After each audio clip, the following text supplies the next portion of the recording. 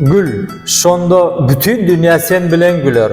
Ağla, yekece özün ağlarsın.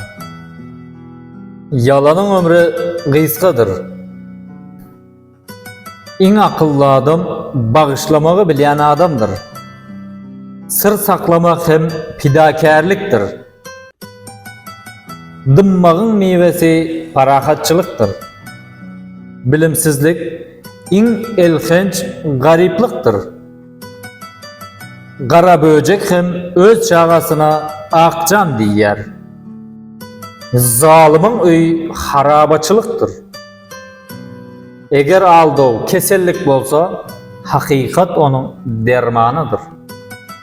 Zerurluk oylap tapmağın enesidir. Dımmak razılığın alamatıdır. Bir yere girmezinizden ozal, ol yerden nahil çıkacağınız barada oylanın. Sabırlı bolsan, garaşan zadın çalt gelir. Adamlara neçe az görünsen, şonça ken söygü bilen karşılarlar. Baylık pıştıl tizligi bilen gelip, keyik tizligi bilen gider. Akmak adamı altı zattan bilip bolyar. Birincisi, sebepsiz kahar gazap. İkincisi, peydasız gürrün. Üçüncüsü, öne gitmezden ütköşüklük. Dördüncüsü, maksatsız siyahat.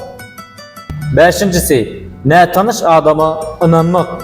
Altıncısı, dost bilen düşmanın arasındaki tapavudi bilmezlik. Dinlediğiniz için sağ olun. Videonu halan bolsanız, yürücünün üstüne basmayı unutmayın.